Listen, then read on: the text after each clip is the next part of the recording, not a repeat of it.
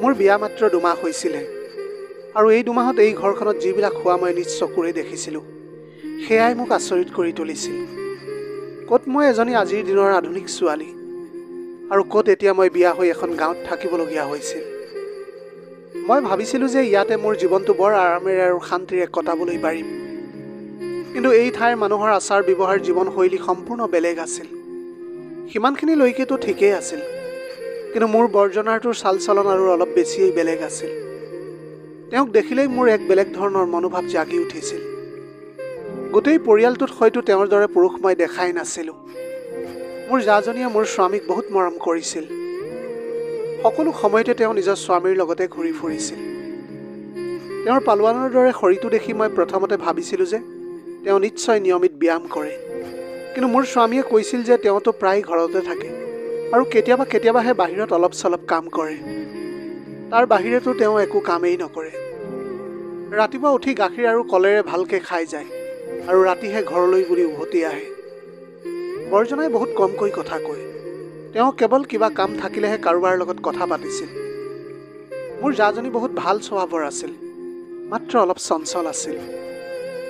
যেতিয়াই বৰ্জনাই ঘৰলৈ আহে তেতিয়াই তেওঁ তৎক্ষণাৎ মোক পাকঘৰৰ পৰা আঁতৰি আহিবলৈ কয় আৰু তেওঁ লগতে কয় যে মোৰ স্বামী আহিছে, এতিয়া তেওঁ লচ্ছি আৰু পৰঠা বিচাৰি হুলস্থুল লগাব। তুমি পিছত ৰুটি বনাবা। তেওঁ দৌৰা দৌৰিকৈ ডাঙৰ 6-7খনমান পৰঠা বনাই আৰু তেওঁৰ ওচৰলৈ লৈ যায়। তেওঁ বাৰাণ্ডাতে থোৱা সোফাখনতে বহি থাকে আৰু চাওঁতে চাওঁতে গোটেইকেইখন পৰঠা খাই শেষ কৰি দিয়ে। মইতো তেওঁক দেখি আচৰিতেই হৈ যাওঁ যে এই মানুহজনেনো ইমানবিলাক কেনেকৈ খাবলৈ পাৰে। সেয়াতো মোৰ জাজনীক মানিবই লাগিব যে তেওঁ এতিয়ালৈকে সেই মানুহজনক সহ্য কৰি আহিছে। মোৰ স্বামী মোৰ বৰ্জনাতকৈ বহুত সহজ সৰল আছিল। আমাৰ বিয়া হোৱা 2 মাহ হৈ গৈছিল, কিন্তু এতিয়ালৈকে আমাৰ মাজত স্বামী স্ত্ৰীৰ দৰে বুজাবুজি হোৱা নাছিল। হয়তো এই কাৰণেই আছিল যে মই লিখা পঢ়া শিক্ষিত এজনী ছোৱালী আছিলোঁ আৰু আনহাতে মোৰ স্বামী 10ম শ্ৰেণীলৈকে গাঁৱৰ স্কুলতেই পঢ়িছিল।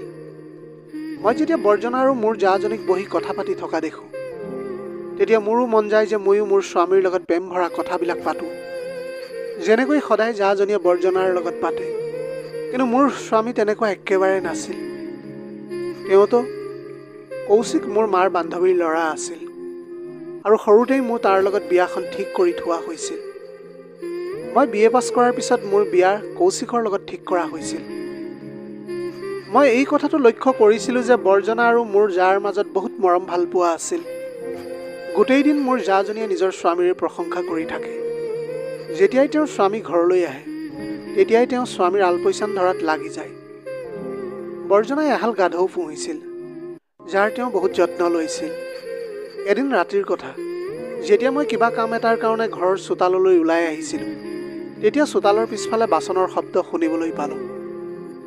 আচলতে সেইটো সময়ত সকলোৱে শুই যায়। তেনেহ'লে এই শব্দটো ক'ৰ পৰা আহিছিল? মই তেতিয়া ভয়ে ভয়ে সেইফালে যাবলৈ ধৰিলোঁ য'ত বৰ্জনাই গাধকেইটা বান্ধি ৰাখিছিল। যেতিয়াই মই অলপ আগুৱাই গ'লোঁ তেতিয়া মই যি দৃশ্য দেখিছিলোঁ সেয়া দেখি মোৰ চকু কঁপালত উঠিছিল। মই বৰ্জনাৰ চকুত ধৰা পৰাৰ আগতে আচৰিত হৈ তাৰ পৰা লগে লগে পলালোঁ, কিন্তু তেতিয়াই মোৰ ভৰিখন বাহিৰত থকা গামলা এটাত খুন্দিয়ালে। মই কোনোমতে পৰাৰ পৰা বাচিছিলোঁ, কিন্তু সেই গামলাটো সম্পূৰ্ণৰূপে ভাঙি গৈছিল। তেতিয়াই বৰ্জনাই গহীন কণ্ঠৰে কৈ উঠিল, কোন হয়? যিয়েই নহওক কিয় তুমি সন্মুখলৈ আহা। কিন্তু মই তাত ৰখি নাথাকিলোঁ। মই ভয়তে ঘামিবলৈ ধৰিছিলোঁ। মই দৌৰি গৈ ৰুমত সোমালোঁ আৰু দৰ্জাখন লক কৰি দিলোঁ আৰু দৰ্জাৰ পিছফালে থিয় হৈ দীঘলকৈ উশাহ এটা ল'লোঁ। মোৰ স্বামীয়ে নিশ্চিন্ত মনে শুই আছিল আৰু ইফালে মই কোঠাৰ বাহিৰত কাৰোবাৰ খোজৰ শব্দ শুনিবলৈ পাইছিলোঁ। হয়তো বৰ্জনাৰ সন্দেহ হৈ গৈছিল যে মই তেওঁক তাত চাবলৈ গৈছিলোঁ বুলি। এতিয়া মইতো ভয় আৰু লাজতে ৰঙা-চিঙা পৰি গৈছিলোঁ যে ৰাতিপুৱা মই কেনেকৈ কোঠাৰ পৰা বাহিৰলৈ যাম। তাৰপিছত মই বিচনাতে বহি পৰিলোঁ। এতিয়া মই পানী এগিলাচ খাই দিলোঁ আৰু ভাবিবলৈ ধৰিলোঁ যে বৰ্জনাইটো আচলতে তাত কি কৰি আছিল। সেয়া ভাবিয়েই মোৰ বমি খোৱা যেন অনুভৱ হৈছিল। ৰাতিপুৱা হোৱাত মই ভাবিলোঁ যে সেই বিষয়ে মই জাজনীৰ লগত কথা পাতিম। আচলতে তেওঁ নিজৰ স্বামীৰ এনেকুৱা কাণ্ডৰ কথাবিলাক জানে নে নাজানে। মই বৰ্জনাৰ চকুৰ পৰা নিজকে আঁতৰাই ৰাখিবলৈ চেষ্টা কৰিছিলোঁ। মই আৰু জাজনীয়ে ৰাতিপুৱা নাস্তা বনাই নিজৰ স্বামীক মাতিলোঁ। দুয়ো ভায়েকে একেলগে বহিয়ে নাস্তা কৰি আছিল। মই তেতিয়া মন কৰিলোঁ যে বৰ্জনা একেৰাহে মোৰ ফালে চাই আছিল।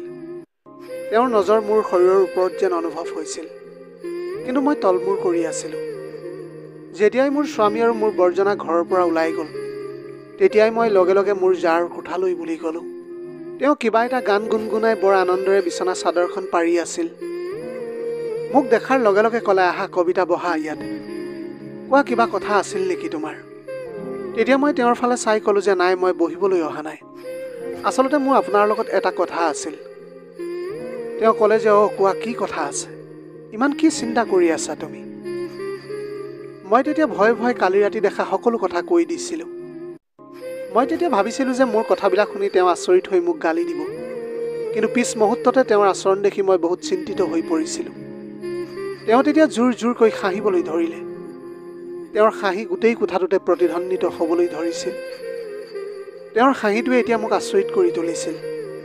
মই ক'লোঁ যে বাইদেউ, মই মিছা কথা কোৱা নাই। মই নিজ চকুৰে দেখিছোঁ তেখেতক গাধৰ গাখীৰ খীৰাই থকা।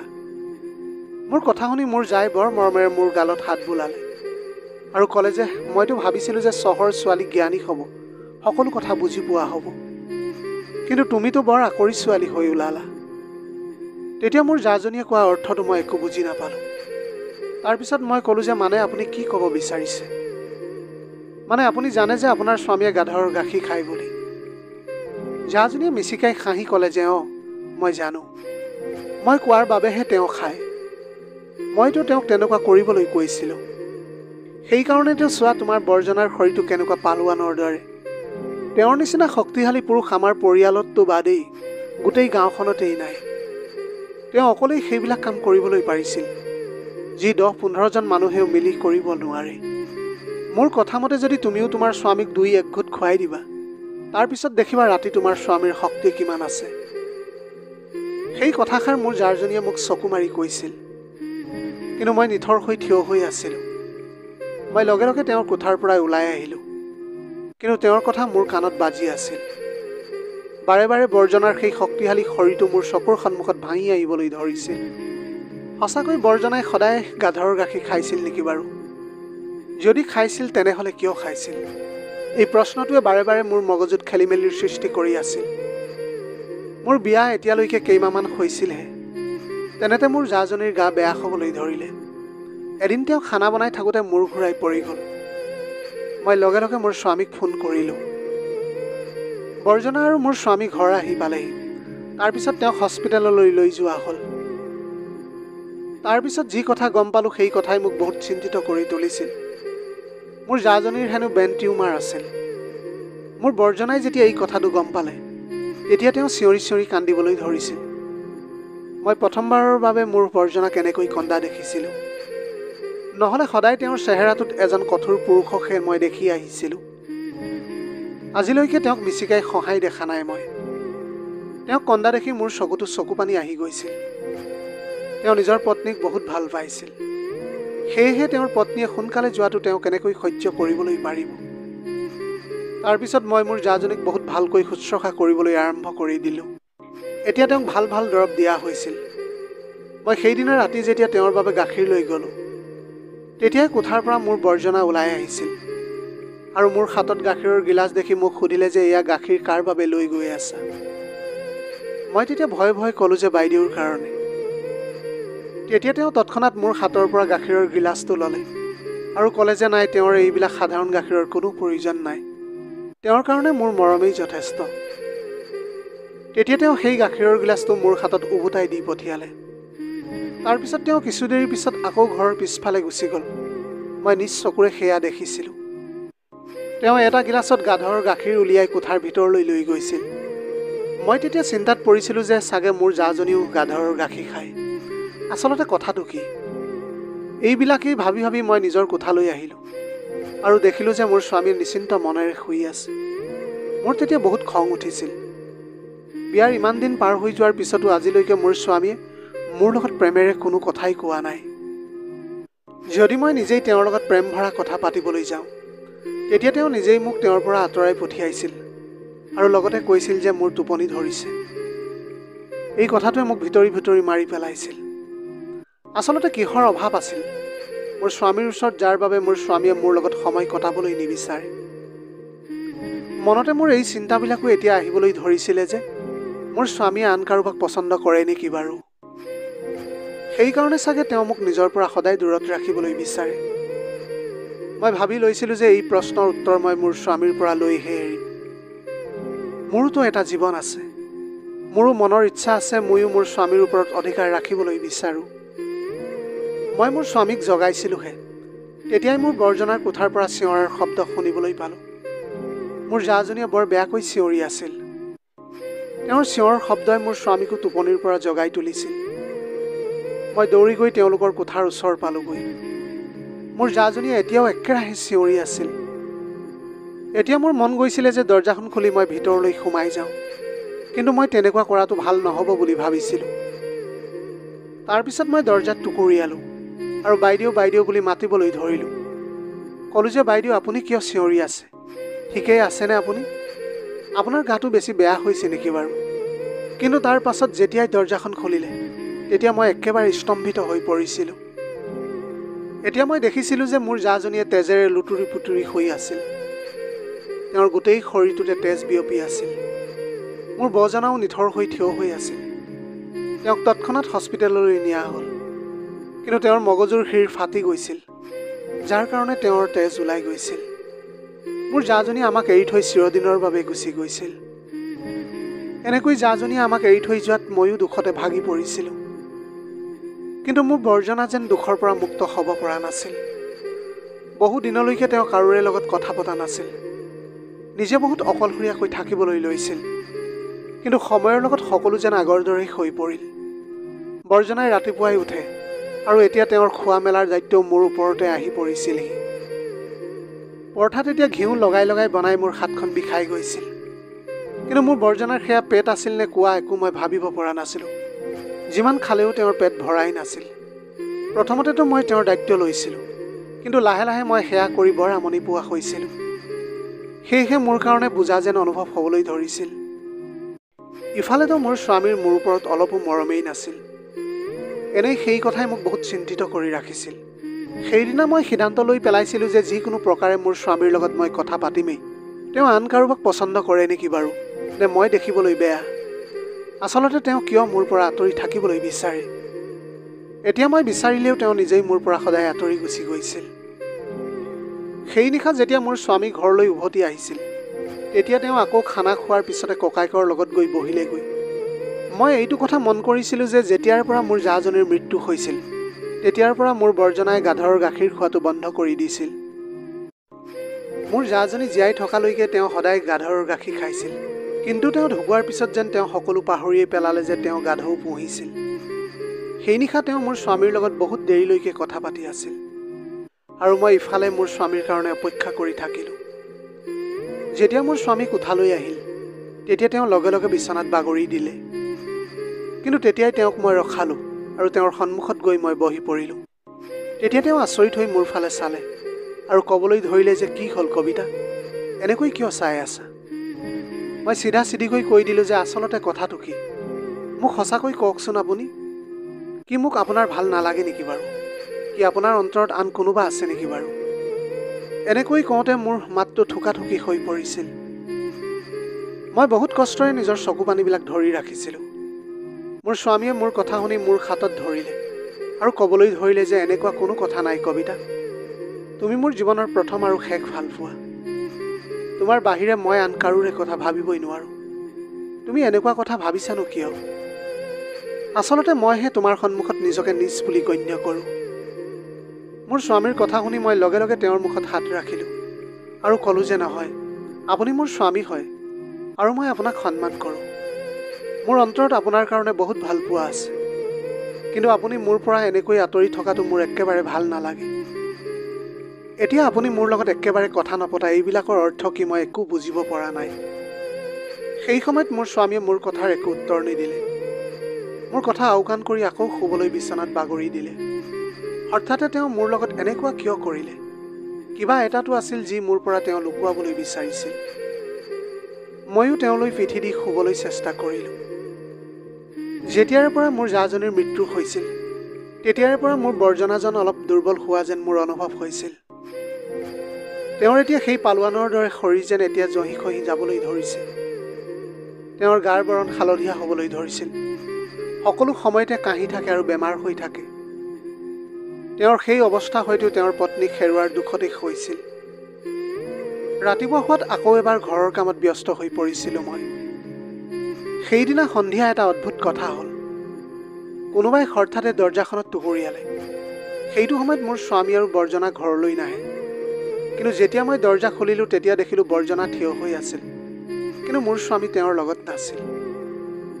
মই সুধিলোঁ যে মোৰ স্বামী ক'ত থাকিলে। বৰ্জনাই ক'লে যে তেওঁ অলপ মাটিৰ কাম কৰি আছে, অলপ পিছতে আহি যাব।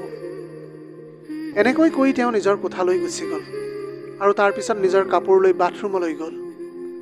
ময়ো বাঢ়নীলৈ চোতালত সাৰিবলৈ ধৰিলোঁ। যেতিয়া তেওঁ বাথৰুমৰ পৰা বাহিৰলৈ ওলালে তেতিয়া তেওঁ অকল গেঞ্জি পিন্ধিয়েই বাহিৰলৈ ওলাইছিল।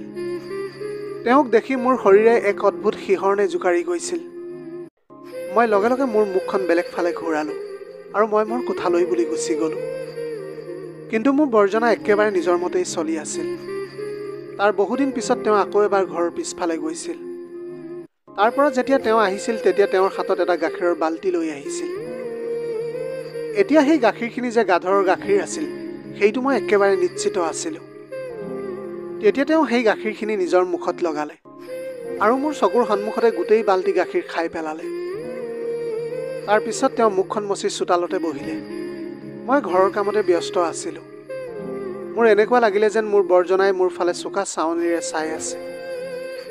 মই মোৰ মূৰত উৰণিখন ভালকৈ ল'লোঁ আৰু তাৰ পৰা যাবলৈ ধৰিলোঁ। সেই সময়তে বৰ্জনাই তেতিয়া মোক মাত লগালে। নাজানো কিয় তেতিয়া মোৰ অলপ ভয় লগা যেন অনুভৱ হৈছিল। কিন্তু তেওঁ মাত লগোৱাৰ লগে লগে মই উচপ খোৱাৰ দৰে হৈ ক'লোঁ যে কওকচোন কি কথা আছিল। তেতিয়া তেওঁ মোক ভৰিৰ পৰা মূৰলৈকে গভীৰভাৱে চালে। তাৰপিছত ক'বলৈ ধৰিলে যে ইয়ালৈ আহা, মোৰ ওচৰতে বহা। সেই কথা শুনি মোৰ ৰাজহাড়লৈকে কঁপি উঠিছিল। মইতো এতিয়া কেনেকৈ তেওঁৰ সন্মুখত বহিবলৈ পাৰোঁ। এতিয়া মই সেইবিলাক ভাবি আছিলোঁ। তেতিয়াই আকৌ এবাৰ তেওঁৰ সেই গম্ভীৰ মাতটো মোৰ কাণত পৰিল। ক'লে যে তুমি শুনা নাই নেকি, ইয়ালৈ আহি মোৰ সন্মুখত বহা। মই ভয়ে ভয়ে তেওঁৰ সন্মুখৰ চকীখনত বহিলোঁ। বৰ্জনাই মোক যি প্ৰশ্ন কৰিলে সেয়া শুনি মই ভয় খাই গৈছিলোঁ।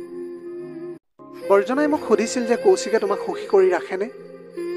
কোনো ধৰণৰ অসুবিধা হোৱা নাইতো? যদি কিবা সমস্যা আছে তেনেহ'লে মোক কোৱা, মই চব ঠিক কৰি দিম। বৰ্জনাৰ সেই কথা শুনি মই একো নাই বুলি মূৰটো জোকাৰিলোঁ আৰু ক'লোঁ যে নাই, তেওঁ মোৰ লগত বহুত ভালকৈয়ে থাকে। এতিয়া তেওঁ মোক কিবা এটা সুধিবলৈ বিচাৰিছিল, কিন্তু মই পাকঘৰত ভাত জ্বলিছে বুলি বাহানা কৰি তাৰ পৰা গুচি আহিছিলোঁ। কিছু দেৰি পিছত মোৰ স্বামীও আহি পাইছিলহি আৰু তেতিয়াহে মই শান্তিৰে উশাহটো ল'ব পাৰিছিলোঁ। সেইদিনা যেতিয়া মোৰ স্বামী ঘৰলৈ আহিছিল তেতিয়া তেওঁক বৰ সুখী যেন অনুভৱ হৈছিল। হয়তো বৰ্জনাই তেওঁক কিবা বুজাইছিল। সেইকাৰণে তেওঁ সেইদিনা আহি মোৰ লগত বৰ আনন্দ মনেৰে কথা পাতিছিল। এতিয়া মই ভাবিছিলোঁ যে আৰু বেছি দেৰি নকৰি আমি আমাৰ সম্পৰ্কটো আগবঢ়াই নিওঁ, কাৰণ বিয়াৰ এবছৰ হ'বলৈ হৈছিল আৰু এতিয়ালৈকে আমাৰ কোনো সন্তানেই নাছিল। এতিয়াতো ওচৰ পাজৰ মহিলাবিলাকেও কথা উলিয়াবলৈ ধৰিছিল। এইটো কেনেকুৱা কথা হ'ল যে না ককায়েকৰ সন্তান হ'ল না ভায়েকৰ সন্তান হ'ল। ডাঙৰজনৰ বিয়াৰ 7 বছৰ হৈ যোৱাৰ পিছতো ল'ৰা ছোৱালীৰ মাত শুনিবলৈ নাপালোঁ আৰু এতিয়া সৰু ভায়েকৰো বিয়াৰ এবছৰ হ'বলৈ হৈছে। আচলতে কথাটো কি? মহিলাসকলৰ কথা শুনি মইতো চিন্তাতে পৰিবলৈ ধৰিছিলোঁ। মোৰ জাজনীয়েতো এই পৃথিৱীৰ পৰাই গুচি গ'ল।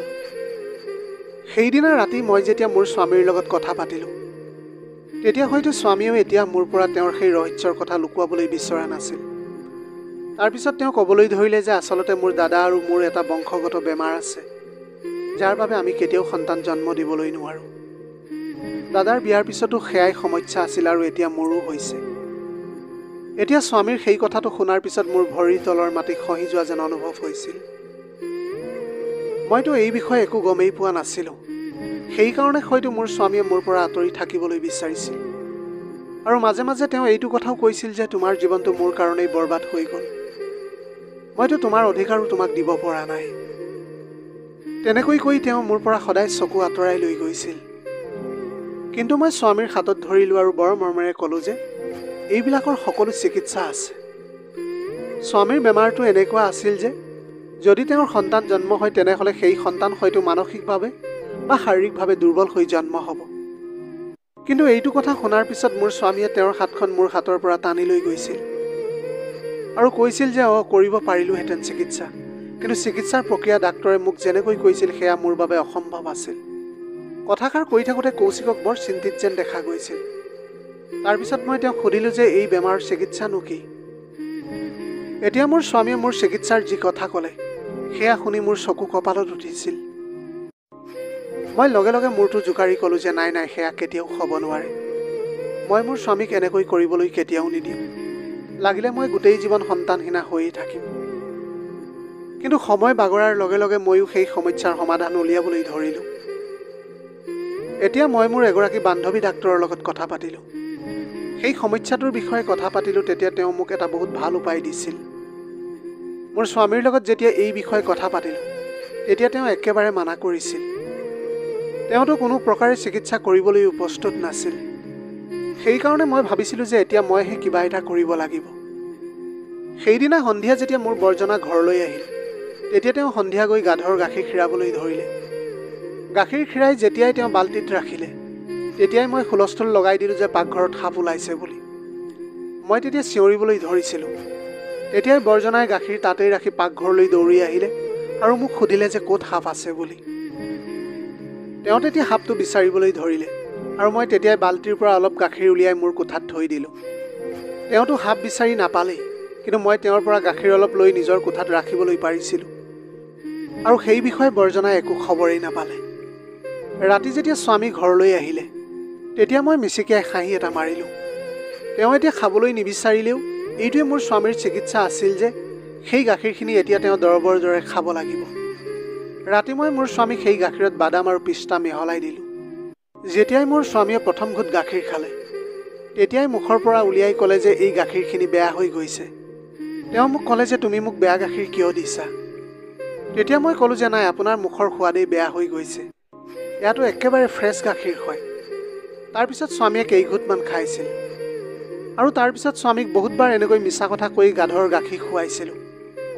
আৰু তাৰপিছত যেতিয়া তেওঁৰ চেকআপ কৰিবলৈ ডাক্তৰৰ ওচৰলৈ লৈ গ'লোঁ তেতিয়া সেয়া দেখি তেওঁ আচৰিত হৈ পৰিল যে তেওঁৰ সেই সমস্যাবিলাক নাইকিয়া হৈ গৈছে।